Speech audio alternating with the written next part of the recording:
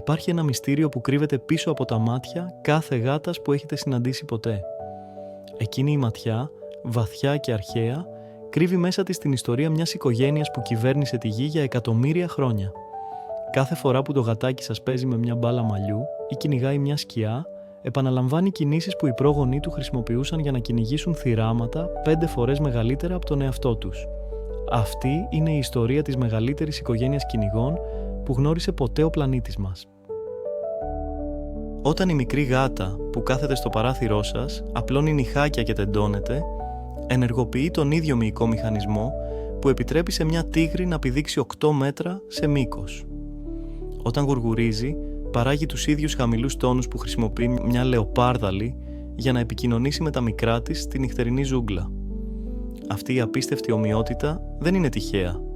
Όλες οι γάτες, από το πιο μικρό οικιακό γατάκι μέχρι το πιο επιβλητικό τίγρη της Σιβηρίας, μοιράζονται έναν κοινό πρόγονο που ζούσε πριν από 15 εκατομμύρια χρόνια. Αυτός ο μυστηριώδης πρόγονος, γνωστός στους επιστήμονες ως προέλουρος, ήταν ένα μικρό, ευλίγιστο πλάσμα που κατοικούσε στα δάση της Ευρασίας. Δεν ήταν μεγαλύτερος από ένα σημερινό σκίουρο, αλλά κρύβει μέσα του τα γονίδια που θα γεννούσαν τόσο το γλυκό μικρό γατάκι που παίζει στο σαλόνι σας, όσο και τον βασιλιά των ζώων που βρυχάται στην Αφρικανική σαβάνα. Η εξέλιξη που ακολούθησε είναι μια από τις πιο συναρπαστικές ιστορίες προσαρμογής και επιβίωσης στον φυσικό κόσμο. Καθώς οι εποχές περνούσαν και το κλίμα άλλαζε, οι απόγονοι του προέλουρου άρχισαν να διασκορπίζονται σε όλο τον κόσμο. Κάποιοι βρέθηκαν σε παγωμένα δάση, άλλοι σε καυτές ερήμους, άλλοι σε τροπικές ζούγκλες και άλλοι σε ορεινές περιοχές. Κάθε περιβάλλον απαιτούσε διαφορετικές δεξιότητες επιβίωσης και η φύση απάντησε με εκπληκτικές προσαρμογές. Έτσι γεννήθηκαν τα είδη που γνωρίζουμε σήμερα, καθένα ένας ειδικός του περιβάλλοντός του, αλλά όλα μοιράζονται την ίδια θανατηφόρα κομψότητα του τέλειου κυνηγού. Ας ξεκινήσουμε το ταξίδι μας από το πιο οικείο μέλος αυτής της οικογένειας. Η οικιακή γάτα, παρά το δήθεν ήσυχο και καλοημερεμένο της ύφος, είναι στην πραγματικότητα ένα από τα πιο αποτελεσματικά όπλα κυνηγιού που υπάρχουν. Με ποσοστό επιτυχίας στο κυνήγι που φτάνει το 60%, ξεπερνάει ακόμα και τους λύκους και τις λεοπαρδάλεις. Τα νύχια της, που φαίνονται τόσο αθώα όταν τα ακονίζει στον καναπέ σας, είναι λεπίδες ακριβίας που μπορούν να διαπεράσουν με χειρουργική ακρίβεια. Η σπονδυλική της στήλη είναι τόσο ευέλικτη που μπορεί να στρίψει το σώμα της κατά 180 μοίρες σε κλάσματα του δευτερολέπτου. Αλλά η πραγματική μαγεία της οικιακής γάτας κρύβεται στις αισθήσεις της. Τα μάτια της μπορούν να δουν σε συνθήκες φωτός 6 φορές χαμηλότερες από εκείνες που χρειάζεται ο άνθρωπος. Τα αυτιά της ανιχνεύουν ήχους μέχρι 64 χιλιοκύκλους, σχεδόν διπλάσιους από όσους μπορεί να ακούσει το ανθρώπινο αυτί. Οι μουστάκες της δεν είναι απλά διακοσμητικές. Είναι όργανα ακριβίας που ανιχνεύουν τις παραμικρές μεταβολές στις ρευματώσεις του αέρα, επιτρέποντάς της να κινείται με απόλυτη σιγουριά ακόμα και στο απόλυτο σκοτάδι. Όμως πώς η άγρια γάτα έγινε ο αγαπημένος μας σύντροφος? Η ιστορία της εξημέρωσης είναι εξίσου συναρπαστική. Πριν από περίπου 12.000 χρόνια, όταν οι άνθρωποι άρχισαν να καλλιεργούν σιτηρά, ανεπιθύμητοι επισκέπτες εισέβαλαν στις αποθήκες τους. Τα ποντίκια και οι αρουραίοι βρήκαν στις ανθρώπινες αποθήκες έναν παράδεισο φαγητού. Και εκεί που υπάρχουν ποντίκια, εκεί θα εμφανιστούν και οι γάτες. Οι αφρικανικές άγριες γάτες άρχισαν να κυνηγούν γύρω από τους ανθρώπινους οικισμούς. Όσες ήταν λιγότερο φοβερές και πιο ανεκτικές στην ανθρώπινη παρουσία, βρήκαν εύκολη τροφή. Οι άνθρωποι σύντομα συνειδητοποίησαν ότι αυτά τα πλάσματα ήταν τα τέλεια όπλα εναντίον των επιβλαβών τρωκτικών. Έτσι ξεκίνησε μια σχέση που θα διαρκούσε χιλιάδες χρόνια. Σε αντίθεση με τους σκύλους που εξημερώθηκαν μέσω επιλεκτικής αναπαραγωγής, οι γάτες εξημερώθηκαν από μόνες τους, επιλέγοντας να ζουν κοντά στους ανθρώπους χωρίς να χάσουν ποτέ τελείως την ανεξαρτησία τους. Αυτή η ανεξαρτησία εξηγεί γιατί η οικιακή γάτα διατηρεί ακόμα τόσα από τα χαρακτηριστικά των άγριων συγγενών της. Ένα γατάκι που γεννιέται σήμερα έχει την ίδια ακριβώς γενετική δομή με μια άγρια γάτα που ζει στην έρημο. Η διαφορά βρίσκεται μόνο στην κοινωνικοποίηση και το περιβάλλον. Αφήστε μια οικιακή γάτα σε ένα άγριο περιβάλλον και σε λίγες γενιές οι απόγονοί της θα συμπεριφέρονται ακριβώς όπως οι άγριες γάτες. Αλλά ας βγούμε τώρα από την άνεση του σπιτιού και ας περιπλανηθούμε στον άγριο κόσμο, όπου συναντάμε τους πραγματικούς άρχοντες του γατόκοσμου. Η λεοπάρδαλη, ίσως το πιο προσαρμόσιμο από όλα τα μεγάλα ελουροειδή, έχει κατακτήσει περισσότερα ενδιαιτήματα από οποιοδήποτε άλλο μεγάλο θηρευτικό. Από τα καυτά αφρικανικά βελδία μέχρι τα παγωμένα σιβηρικά δάση, από τα πυκνά ασιατικά τροπικά δάση μέχρι τις βραχώδεις περιοχές της Μέσης Ανατολής, η λεοπάρδαλη έχει βρει τρόπους να επιβιώνει και να ευδοκιμεί. Το μυστικό της επιτυχίας της βρίσκεται στην απίστευτη προσαρμοστικότητά της. Σε αντίθεση με τα λιοντάρια που κυνηγούν σε ομάδες ή τις τίγρεις που βασίζονται στη βρότη δύναμη, η λεοπάρδαλη είναι ο τέλειος μοναχικός κυνηγός. Μπορεί να σκαρφαλώσει σε δέντρα φέρνοντας θηράματα βαρύτερα από τον εαυτό της. Μπορεί να κολυμπήσει σε ποτάμια γεμάτα κροκόδιλους. Μπορεί να επιζήσει εβδομάδες χωρίς νερό στην έρημο και όταν χρειάζεται μπορεί να εξαφανιστεί σαν φάντασμα, γίνοντας αόρατη ακόμα και από τους πιο έμπειρους παρατηρητές. Η λεοπάρδαλη των χιονιών, ένας στενός συγγενής της κοινής λεοπάρδαλης, έχει εξελιχθεί για να ζει σε ένα από τα πιο δυσκολότερα περιβάλλοντα στη γη. Στις κορυφές των Ιμαλαίων και των άλλων ασιατικών οροσειρών, όπου ο αέρας είναι τόσο λεπτός που θα έκανε έναν άνθρωπο να λιποθυμήσει, αυτό το φάντασμα των βουνών κυνηγάει με αθόρυβη κομψότητα. Η γούνα της είναι τόσο πυκνή που μπορεί να αντέξει θερμοκρασίες που φτάνουν τους -40 βαθμούς Κελσίου. Η ουρά της, σχεδόν τόσο μεγάλη όσο το σώμα της, λειτουργεί ως μαντίλι, κουβέρτα και πηδάλιο ισορροπίας όλα μαζί. Αλλά ίσως το πιο εντυπωσιακό χαρακτηριστικό της λεοπάρδαλης των χιονιών είναι η ικανότητά της να πηδάει.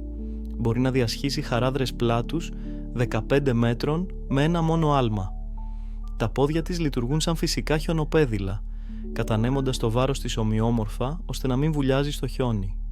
Και παρά την άγρια εμφάνισή της, η λεοπάρδαλη των χιονιών δεν μπορεί να βρυχηθεί.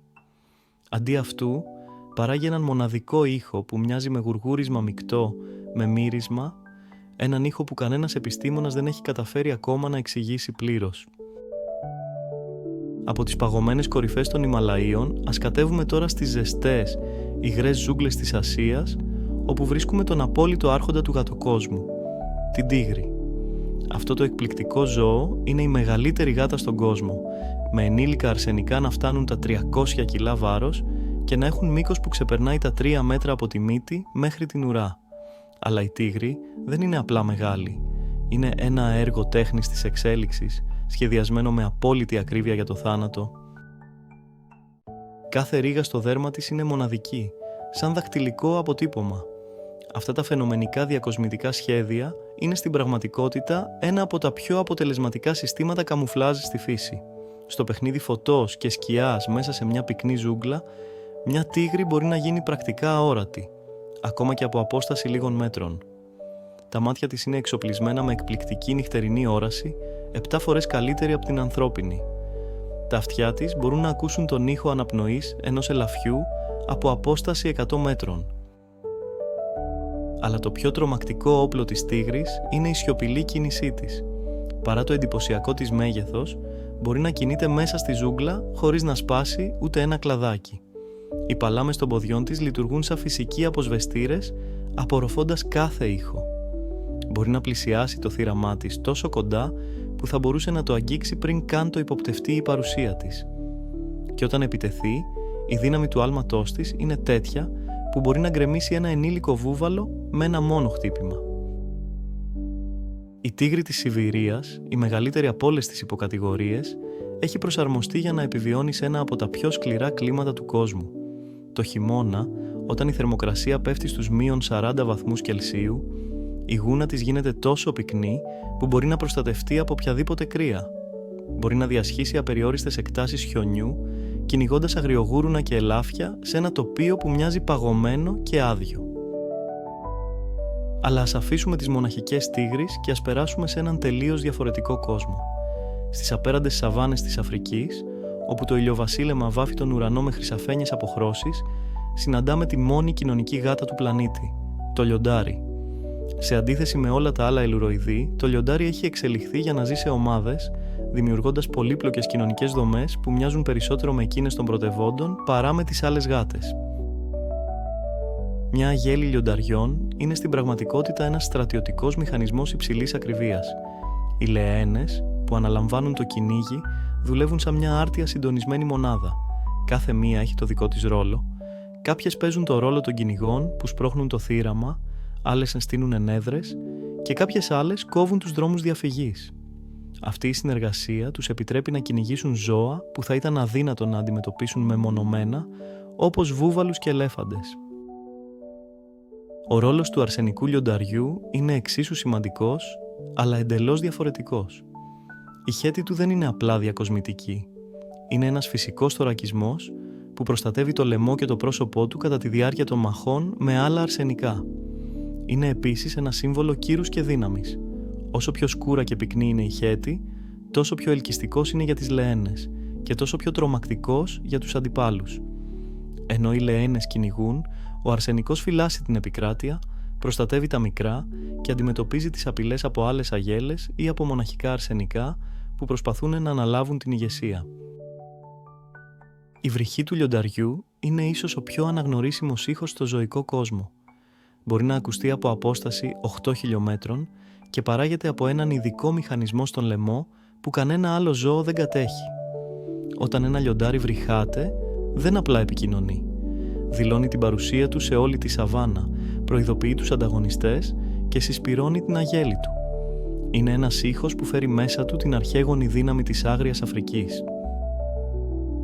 Στον ίδιο αφρικανικό κόσμο, αλλά σε έναν εντελώς διαφορετικό βιότοπο, βρίσκουμε το πιο γρήγορο ζώο στη γη, τον τσιτάχ. Αυτό το εκπληκτικό πλάσμα έχει εξελιχθεί για έναν και μόνο σκοπό, την ταχύτητα. Κάθε κομμάτι του σώματός του είναι σχεδιασμένο για να τρέχει. Τα πόδια του είναι μακρά και αδύνατα, σαν εκείνα ενός δρομέα μαραθωνίου.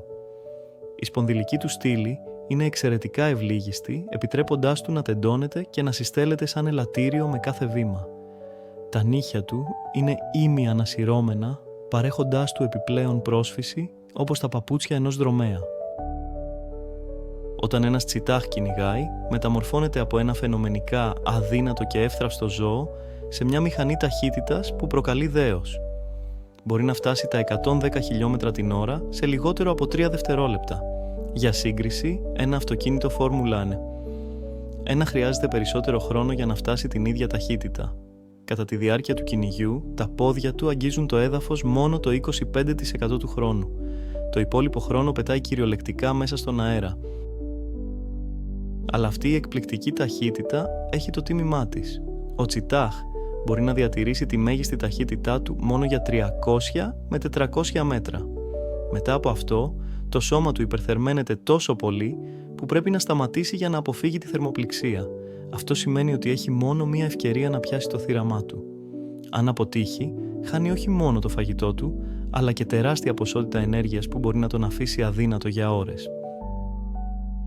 Από τις ανοιχτές σαβάνες της Αφρικής, ας ταξιδέψουμε τώρα σε έναν κόσμο που λίγοι άνθρωποι έχουν δει, στα βάθη των τροπικών ζουγκλών της Κεντρικής και Νότιας Αμερικής, όπου το φως του ήλιου φιλτράρεται μέσα από πολλαπλά στρώματα φύλων, δημιουργώντας ένα μυστηριώδες παιχνίδι σκιών, κρύβεται ο βασιλιάς των Αμερικανικών ζουγκλών, ο Γιαγουάρος. Ο Γιαγουάρος δεν είναι απλά μια μεγάλη γάτα. Είναι ένα ζωντανό μύθος, ένα πλάσμα που οι αρχαίοι πολιτισμοί των Μάγια και των Αστέκων λάτρευαν σαν θεό. Και όταν το συναντάς στο φυσικό του περιβάλλον, καταλαβαίνεις γιατί. Με το πιο δυνατό σαγόνι ανάμεσα σε όλα τα ελουροειδή, ο Γιαγουάρος μπορεί να σπάσει το κρανίο ενός κροκοδίλου με ένα μόνο δάγκωμα. Η δύναμη σύσφυξης των σαγωνιών του φτάνει τα 1500 κιλά ανά τετραγωνικό εκατοστό, περισσότερη ακόμα και από εκείνη του λιονταριού. Αλλά ο Γιαγουάρος δεν είναι μόνο δυνατός. Είναι και ένας εκπληκτικός κολυμβητής, κάτι σπάνιο ανάμεσα στις γάτες. Στα θολά νερά των ποταμών του Αμαζονίου κυνηγάει κροκόδιλους και γιγάντιες αναέδιες. Μπορεί να κρατήσει την αναπνοή του για αρκετά λεπτά και να βουτήξει σε βάθος 5 μέτρων για να πιάσει ψάρια. Κάποιες φορές κάθεται ακίνητος στην όχθη ενός ποταμού, περιμένοντας ώρες μέχρι ένα ψάρι να περάσει κοντά του. Και τότε, με ένα αστραπιαίο δάγκωμα, το τραβάει στη στεριά. Αυτή η σχέση με το νερό καθιστά τον γιαγουάρο μοναδικό στον κόσμο των μεγάλων γατών. Ενώ οι περισσότερες γάτες αποφεύγουν το νερό, ο γιαγουάρος το αγκαλιάζει. Το καλοκαίρι, όταν η ζούγκλα γίνεται ασφικτική από την υγρασία, περνάει ώρες δροσιζόμενος σε ρηχά νερά. Η γούνα του, με τα χαρακτηριστικά ροζέτα σχέδια, στεγνώνει γρήγορα χάρη σε ειδικά έλαια που παράγει το δέρμα του. Στα βόρεια όρια της κατανομής του γιαγουάρου, στις πετρώδεις ερήμους του Μεξικού και του Αριζόνα, συναντάμε έναν στενό συγγενή του που έχει προσαρμοστεί σε έναν εντελώς διαφορετικό κόσμο. Το πούμα, γνωστό και ως λιοντάρι του βουνού, είναι ίσως το πιο ευέλικτο από όλα τα μεγάλα ελουροειδή όσον αφορά το ενδιαίτημα. Από τα παγωμένα δάση του Καναδά μέχρι τις τροπικές ζούγκλες της Κώστα Ρίκα, από τις αλπικές κορυφές των Άνδεων μέχρι τις κατώτερες παράκτιες περιοχές της Χιλής, το πούμα έχει καταφέρει να επιβιώσει και να ευδοκιμήσει. Το μυστικό της επιτυχίας του πούμα βρίσκεται στην απίστευτη πηδητική του ικανότητα. Μπορεί να πηδήξει κάθετα μέχρι 5 μέτρα ύψος και 18 μέτρα σε μήκος. Αυτό του επιτρέπει να κυνηγήσει σε εξαιρετικά ανώμαλα εδάφη που θα ήταν αδύνατα για άλλα μεγάλα θηρευτικά. Στις κάθετες πλαγιές των βραχωδών βουνών, το πούμα κινείται με την κομψότητα ενός ακροβάτη, πηδώντας από βράχο σε βράχο, χωρίς να χάνει ποτέ την ισορροπία του. Αλλά ίσως το πιο εντυπωσιακό χαρακτηριστικό του πούμα είναι η σιωπή του. Σε αντίθεση με τα λιοντάρια και τις τίγρεις που βρυχώνται, το πούμα παράγει μόνο απαλούς ήχους που μοιάζουν περισσότερο με εκείνους μιας οικιακής γάτας. Μπορεί να γουργουρήσει όταν είναι ευχαριστημένο, να μουρμουρήσει για να καλέσει τα μικρά του ή να παράξει έναν διαπεραστικό σφυριγμό όταν θέλει να προειδοποιήσει. Αυτή η σχετική σιωπή το κάνει ακόμα πιο φαντασματικό κυνηγό. Καθώς το ταξίδι μας συνεχίζεται στον κόσμο των γατών, συναντάμε μια σειρά από μικρότερα αλλά εξίσου συναρπαστικά είδη που δείχνουν την απίστευτη ποικιλομορφία αυτής της οικογένειας. Ο σέρβαλ της Αφρικής, με τα εκπληκτικά μεγάλα αυτιά και τα μακρά πόδια, είναι ειδικός στο κυνήγι μικρών θηραμάτων σε ψηλές χλώες. Τα αυτιά του είναι τόσο ευαίσθητα που μπορεί να ακούσει τον ήχο ενός τρωκτικού που κινείται κάτω από το έδαφος από απόσταση μέτρων. Όταν εντοπίσει το θύραμά του, πηδάει ψηλά στον αέρα και πέφτει ακριβώς πάνω του με χειρουργική ακρίβεια. Η άγρια γάτα του Μανούλ, που ζει στις στέπες της Κεντρικής Ασίας, μοιάζει με μια μικρή μπάλα γούνας με έναν εκφραστικό πρόσωπο που θα μπορούσε να είναι πρωταγωνιστής σε κινούμενα σχέδια. Αλλά κάτω από αυτή την αθώα εμφάνιση κρύβεται ένας σκληρός επιζών της ερήμου. Η πυκνή γούνα του μπορεί να αντέξει θερμοκρασίες μέχρι και -50 βαθμούς Κελσίου. Κατά τη διάρκεια της ημέρας, κρύβεται σε μικρές σπηλιές ή κρεβάτια που σκάβει ο ίδιος, αναδυόμενος μόνο τη νύχτα για να κυνηγήσει. Στα νησιά της Νοτιοανατολικής Ασίας, η ασιατική χρυσή γάτα έχει εξελιχθεί για να ζει σε ένα από τα πιο πολύπλοκα και πυκνά περιβάλλοντα του πλανήτη. Οι τροπικές ζούγκλες είναι λαβυρινθοί από κλαδιά, φύλλα και αναρριχόμενα φυτά, όπου η ορατότητα περιορίζεται σε λίγα μέτρα. Εδώ, η ασιατική χρυσή γάτα έχει αναπτύξει εκπληκτικές ικανότητες στην αναρρίχηση, κινούμενη μέσα στα δέντρα με την ευκολία που εμείς περπατάμε στο έδαφος. Κάθε ένα από αυτά τα είδη έχει εξελιχθεί για να αντιμετωπίσει συγκεκριμένες προκλήσεις του περιβάλλοντός του, αλλά όλα μοιράζονται τα ίδια βασικά χαρακτηριστικά που κάνουν τις γάτες τόσο επιτυχημένους κυνηγούς. Η ικανότητά τους να κινούνται σιωπηλά, να παραμένουν ακίνητες για ώρες περιμένοντας την τέλεια στιγμή, να εκτοξεύονται με εκρηκτική ταχύτητα όταν χρειάζεται και να έχουν απόλυτο έλεγχο του σώματός τους, ακόμα και κατά τη διάρκεια των πιο ακραίων ελιγμών.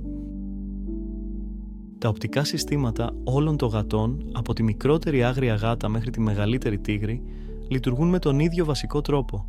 Οι αμφιβληστροειδείς τους είναι γεμάτοι με κύτταρα που ονομάζονται ραβδία, τα οποία είναι εξαιρετικά ευαίσθητα στο φως. Επιπλέον, πίσω από την αμφιβληστροειδή έχουν ένα ανακλαστικό στρώμα που ονομάζεται tapetum lucidum, το οποίο λειτουργεί σαν καθρέφτης, ανακλώντας το φως πίσω μέσα στο μάτι και δίνοντάς τους μια δεύτερη ευκαιρία να το επεξεργαστούν.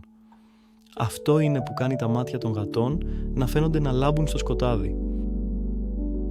Αλλά ίσως το πιο εκπληκτικό από όλα είναι το γεγονός ότι παρά τις τεράστιες διαφορές σε μέγεθος και περιβάλλον, όλες οι γάτες μοιράζονται παρόμοιες συμπεριφορές. Το παιχνίδι της μικρής οικιακής γάτας με μια μπάλα είναι μια μικρογραφία του κυνηγιού μιας λεοπάρδαλης. Όταν ένα γατάκι κουλουριάζεται για να κοιμηθεί, υιοθετεί την ίδια στάση που θα χρησιμοποιούσε ένα λιοντάρι στη σαβάνα. Αυτές οι κοινές συμπεριφορές είναι αποτυπωμένες βαθιά στο DNA τους, μια κληρονομιά από τους κοινούς προγόνους που όλες οι γάτες μοιράζονται. Σήμερα, καθώς ο κόσμος αλλάζει με ραγδαίους ρυθμούς, πολλά από αυτά τα μαγευτικά πλάσματα αντιμετωπίζουν πρωτόγνωρες προκλήσεις. Η κλιματική αλλαγή, η καταστροφή των ενδιαιτημάτων και η σύγκρουση με τις ανθρώπινες δραστηριότητες απειλούν την επιβίωση πολλών ειδών. Η λεοπάρδαλη των χιονιών βλέπει τον παγωμένο κόσμο της να λιώνει. Ο γιαγουάρος χάνει τις ζούγκλες του λόγω της αποψήλωσης. Το τσιτάχ βρίσκει όλο και λιγότερο χώρο για να τρέχει. Αλλά η ιστορία των γατών είναι μια ιστορία επιβίωσης και προσαρμογής. Για 15 εκατομμύρια χρόνια, αυτά τα εκπληκτικά πλάσματα έχουν αντιμετωπίσει παγώδεις εποχές, ηφαιστειακές εκρήξεις, αλλαγές στα κλίματα και την άνοδο και πτώση αμέτρητων άλλων ειδών. Η ευελιξία τους, η νοημοσύνη τους και η απίστευτη ποικιλομορφία τους είναι το τρόφαιό τους στη μάχη για την επιβίωση. Στο τέλος αυτού του ταξιδιού μας μέσα στον κόσμο των γατών, μένουμε με ένα αίσθημα δέους για την απίστευτη ποικιλομορφία και την τελειότητα της φύσης. Από το μικρό γατάκι που παίζει στα πόδια σας, μέχρι το μεγαλοπρεπή τίγρη που περπατάει στη ζούγκλα, όλα είναι κομμάτια ενός γρίφου που άρχισε να σχηματίζεται πριν από εκατομμύρια χρόνια. Κάθε είδος είναι μια μοναδική λύση στις προκλήσεις της επιβίωσης, ένα έργο τέχνης που η εξέλιξη σχημάτισε με υπομονή αιώνων. Και όταν την επόμενη φορά κοιτάξετε στα μάτια της γάτας σας, θυμηθείτε ότι βλέπετε τον ίδιο αρχαίγονο σπινθήρα που καίει και στα μάτια του λιονταριού του Σαχάρα. Στον ίδιο γενετικό κώδικα που επιτρέπει στο γατάκι σας να κυνηγήσει ένα παιχνίδι, κρύβονται τα μυστικά που έκαναν τις γάτες τους βασιλείς του κυνηγιού για 15 εκατομμύρια χρόνια. Η οικογένεια των γατών δεν είναι απλά μια βιολογική κατηγοριοποίηση. Είναι μια δυναστεία επιζώντων, μια συλλογή από τα πιο όμορφα, πιο κομψά και πιο επιτυχημένα θηρευτικά που γνώρισε ποτέ η γη. Τελικά, αφού μάθατε όλα αυτά για τη γενετική σύνδεση όλων των γατών, πιστεύετε ότι η οικιακή σας γάτα θα μπορούσε να επιβιώσει στην άγρια φύση ή έχει χάσει για πάντα τα ένστικτα των άγριων προγόνων της? Αν σας άρεσε αυτό το ταξίδι μας στον συναρπαστικό κόσμο των γατών, μην ξεχάσετε να κάνετε like στο βίντεο και να κάνετε subscribe στο κανάλι Απίθανη Φύση για περισσότερες εκπληκτικές ιστορίες από τον φυσικό κόσμο. Πατήστε και το κουδουνάκι για να μην χάσετε καμία από τις επόμενες περιπέτειές μας και πείτε μου στα σχόλια. Ποια γάτα σας εντυπωσίασε περισσότερο από αυτή την αφήγηση και γιατί?